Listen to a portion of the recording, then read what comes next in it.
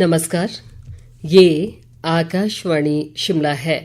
अब आप पूनम शर्मा से प्रादेशिक समाचार सुनिए। आज के मुख्य समाचार। प्रदेश में 3 विधानसभा उपचुनाव के लिए प्रचार जारी। मुख्यमंत्री ने उपचुनाव को बताया लोकतंत्र को मजबूत बनाने की लड़ाई। सांसद व पूर्व केंद्रीय मंत्री अनुराग सिंह ठाकुर ने देहरा क्षेत्र में किया चुनाव प्रचार।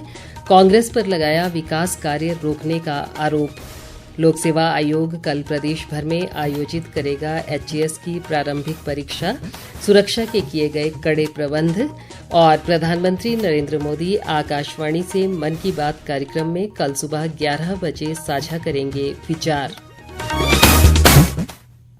अब समाचार विस्तार से। प्रदेश में देहरा, नालागढ़ और हमीरपुर विधानसभा उपचुनाव के लिए कांग्रेस व भाजपा का चुनाव प्रचार जारी है।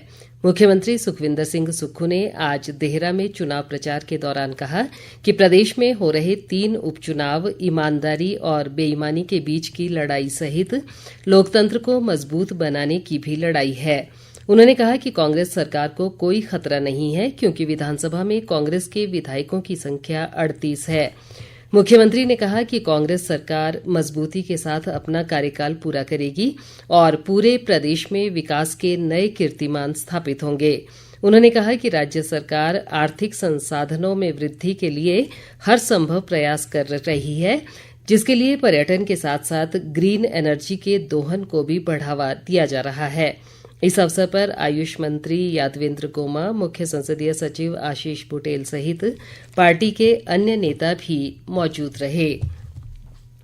भाजपा सांसद व पूर्व केंद्रीय मंत्री अनुराग सिंह ठाकुर आज से प्रदेश के दौरे पर हैं।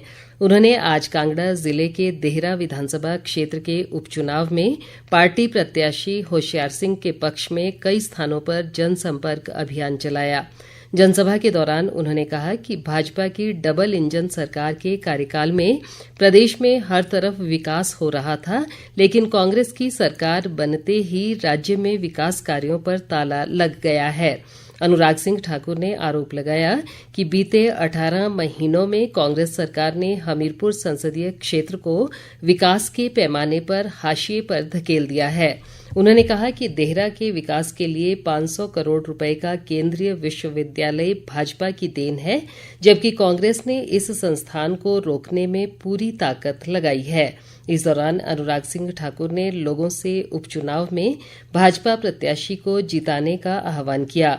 अनुराग सिंह ठाकुर का कल 30 जून को हमीरपुर विधानसभा क्षेत्र में चुनाव प्रचार का कार्यक्रम है।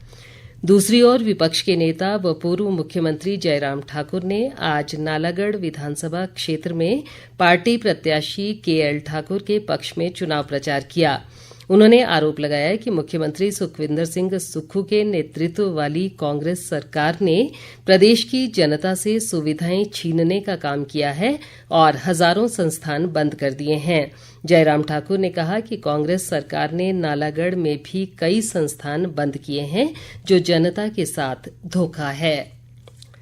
प्रदेश कांग्रेस ने कहा है कि राज्य में हो रहे 3 उपचुनाव भाजपा द्वारा जनता पर थोपे गए हैं। कांग्रेस संगठन महामंत्री रजनीश किमटा ने शिमला में एक पत्रकार सम्मेलन में कहा कि विधानसभा उपचुनाव में मिली हार के बाद भाजपा पूरी तरह से बैकफुट पर है और 3 उपचुनाव में भी भाजपा को हार का मुंह देखना पड़ेगा। उन्होंने कहा कि प्रदेश में भाजपा का अब कोई भी षड्यंत्र सफल होने वाला नहीं है। भाजपा ने नालागढ़ विधानसभा उपचुनाव में पार्टी के अधिकृत प्रत्याशी के विरुद्ध चुनाव लड़ने पर युवा मोर्चा के प्रदेश सह मीडिया प्रभारी हरप्रीत सिंह सैनी को तुरंत प्रभाव से 6 वर्ष के लिए निष्कासित किया है। प्रदेश भाजपा अध्यक्ष राजीव बिंदल के आदेशानुसार ये कार्रवाई की गई है। चुनाव आयोग प्रदेश में होने जा रहे उपचुनाव में भी 85 वर्ष से अधिक आयु के बुजुर्गों और 40% से अधिक विकलांगता वाले दिव्यांग मतदाताओं को होम वोटिंग की सुविधा दे रहा है।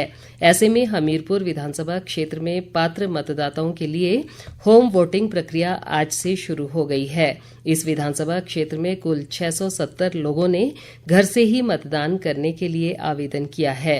निर्वाचन अधिकारी के अनुसार हमीरपुर विधानसभा क्षेत्र में होम वोटिंग के लिए 10 मतदान टीमें बनाई गई हैं। राजस्व व जनजातीय विकास मंत्री जगत सिंह नेगी ने कहा है कि राज्य सरकार जनजातीय जिलों में वन अधिकार अधिनियम 2006 को प्राथमिकता के आधार पर लागू करेगी। इसके बाद अन्य हिस्सों में भी इसे लागू किया जाएगा ताकि जनजातीय क्षेत्रों के साथ साथ प्रदेश के विभिन्न भागों के लोगों को इस कानूनी अधिकार का उचित लाभ मिल सके। चंबा जिले के भरमौर में एक कार्यशाला में उन्होंने बताया कि ये अधिनियम एक ऐसा ऐतिहासिक कानून है जिसमें पंचायतों में होने वाली ग्राम सभाओं को वन अधिकार अधिनियम 2006 के तहत जमीन देने का अधिकार प्राप्त है। कार्यशाला में अधिनियम से जुड़े कानूनी पहलुओं की अहम जानकारी दी गई। प्रादेशिक समाचार आकाशवाणी शिमला से प्रसारित किए जा रहे हैं। राज्य लोक सेवा आयोग कल 30 जून को प्रदेश भर में हिमाचल प्रदेश प्रशासनिक सेवा की प्रारंभिक परीक्षा आयोजित करेगा। इसके लिए सभी परीक्षा केंद्रों में सुरक्षा के कड़े प्रबंध किए गए हैं। आयोग के अनुसार 2 सत्रों में होने वाली इस परीक्षा के लिए परीक्षा केंद्र में उम्मीदवारों का प्रवेश परीक्षा के शुरू होने से 1 घंटा पूर्व शुरू हो जाएगा, जबकि परीक्षा आरंभ होने के तुरंत बाद किसी भी परीक्षार्थी को प्रवेश नहीं दिया जाएगा। ये परीक्षा सुबह के सत्र में 10 बजे जबकि दोपहर के सत्र में 2 बजे आयोजित की जाएगी। कांगड़ा जिला मुख्यालय धर्मशाला में एचएएस परीक्षा के लिए 12 केंद्र बनाए गए हैं। कांगड़ा के अतिरिक्त उपायुक्त सौरभ जस्सल ने आज परीक्षा के संचालन की तैयारियों का जायजा लिया। उन्होंने बताया कि परीक्षा का आयोजन सीसीटीवी की निगरानी में किया जाएगा।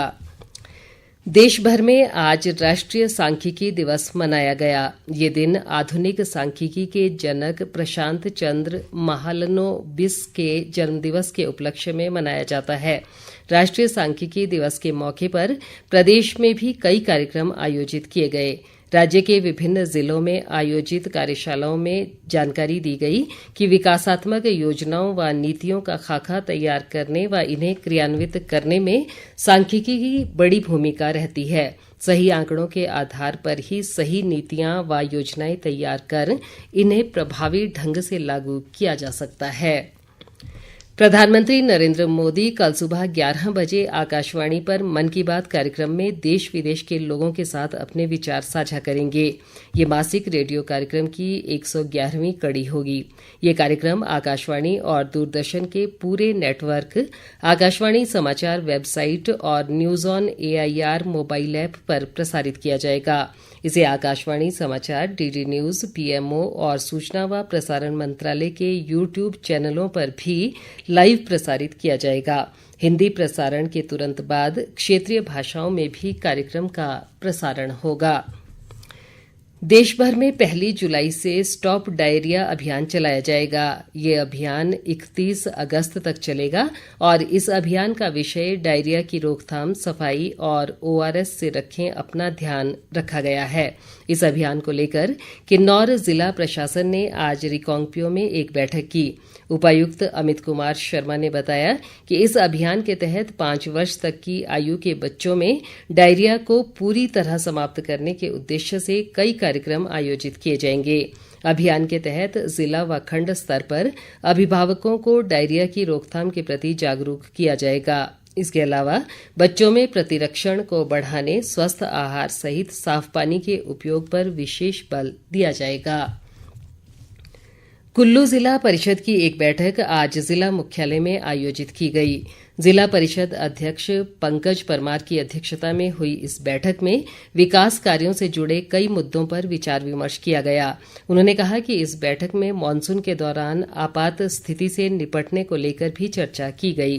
उन्होंने बताया कि जल्द ही आउटर सिराज के जगातखाना से बहना के बीच सतलुज नदी में रिवर राफ्टिंग शुरू किए जाने की योजना है। इस इलाके में रिवर राफ्टिंग शुरू होने से स्थानीय युवाओं को रोजगार के अवसर मिलेंगे। बैठक में कई वरिष्ठ अधिकारी मौजूद रहे।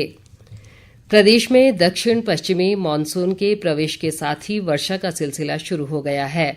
आज भी अधिकांश स्थानों पर वर्षा होने से लोगों को गर्मी से राहत मिली है। मौसम विभाग ने आज और कल प्रदेश के कई स्थानों पर भारी बारिश का अलर्ट जारी किया है। मानसून को देखते हुए राज्य सरकार ने लोगों को सतर्कता बरतने और नदी नालों के नजदीक न जाने की सलाह दी है। बीते वर्ष मानसून में हुई भारी बारिश को देखते हुए इस वर्ष सभी विभागों को विशेष सतर्कता बरतने के आदेश दिए गए हैं। अंत में मुख्य समाचार एक बार फिर। प्रदेश में 3 विधानसभा उपचुनाव के लिए प्रचार जारी। मुख्यमंत्री ने उपचुनाव को बताया लोकतंत्र को मजबूत बनाने की लड़ाई। सांसद व पूर्व केंद्रीय मंत्री अनुराग सिंह ठाकुर ने देहरा क्षेत्र में किया चुनाव प्रचार। कांग्रेस पर लगाया विकास कार्य रोकने का आरोप। लोक सेवा आयोग कल प्रदेश भर में आयोजित करेगा HAS की प्रारंभिक परीक्षा। सुरक्षा के किए गए कड़े प्रबंध। और प्रधानमंत्री नरेंद्र मोदी आकाशवाणी से मन की बात कार्यक्रम में कल सुबह 11 बजे साझा करेंगे विचार। इसी के साथ ये समाचार बुलेटिन समाप्त हुआ। नमस्कार।